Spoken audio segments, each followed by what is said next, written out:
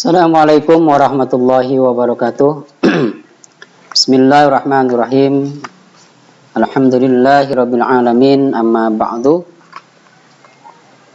Anak-anakku sekalian kelas 9 yang berbahagia, kali ini berjumpa lagi dengan pembelajaran Al-Quran Hadis.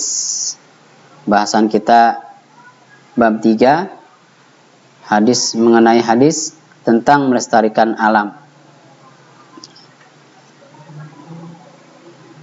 Dewasa ini banyak alam menjadi peristiwa yang seakan-akan saling sambung menyambung antara yang satu dengan yang lainnya. Jadi bencana alam yang kita saksikan selama ini, sekarang ini, saling sambung menyambung antara yang satu dengan yang lainnya. Musibah tsunami yang melanda Aceh di tahun 2004 seakan menjadi pembuka berbagai musibah bencana alam di tanah air. Hal yang sama juga terjadi di berbagai belahan dunia yang lain. Kemudian para ahli lingkungan berpendapat bahwa semua bencana alam itu mempunyai hubungan dengan kelestarian alam. Semakin banyak alam yang dirambah, maka semakin parah pula bencana alam yang dialami oleh umat manusia. Terjadinya banjir misalnya sangat dipengaruhi oleh kelestarian hutan. Apabila hutan semakin gundul, maka banjir yang terjadi akan semakin parah. Kemudian salah satu upaya yang tidak bisa diabaikan oleh para pemerhati lingkungan dan pemerintah adalah pendekatan keagamaan. Dengan kata lain, perlu adanya dakwah kepada kesadaran pelestarian lingkungan agar menimbulkan kesadaran masyarakat dalam menjaga dan melestarikan lingkungan hidup mereka. Kemudian dalam Islam sangat ditekankan untuk pelestarian alam dan sangat mengecam terjadinya kerusakan alam, karena kerusakan alam tersebut akan merugikan umat manusia itu sendiri. Secara umum, Islam sangat mengecam kerusakan di permukaan bumi apapun bentuknya dan apapun jenisnya. Dalam Al-Quran, ini sudah memprediksikan akan terjadinya kerusakan di muka bumi yang disebabkan oleh tangan manusia yang tidak bertanggung jawab. Hal ini telah diabadikan dalam sebuah ayat. Telah tampak kerusakan di darat dan di laut disebabkan karena perbuatan tangan manusia.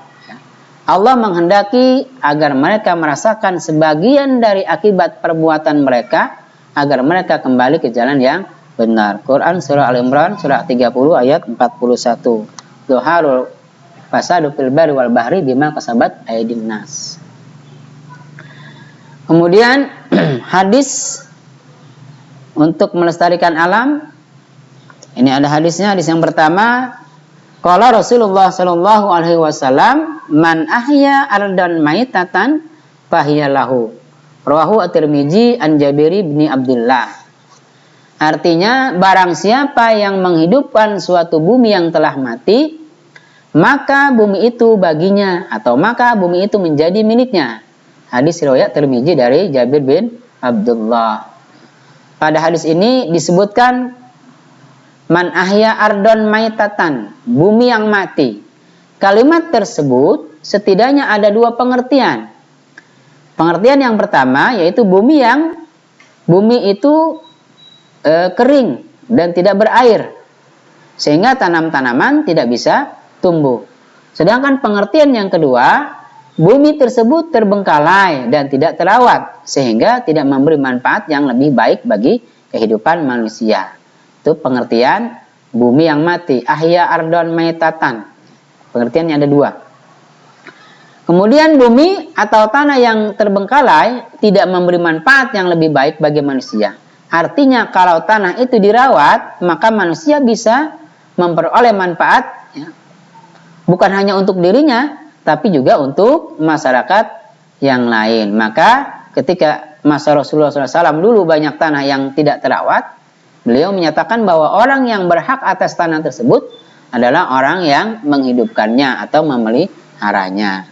Kalau zaman dulu kan tanahnya masih luas, ya.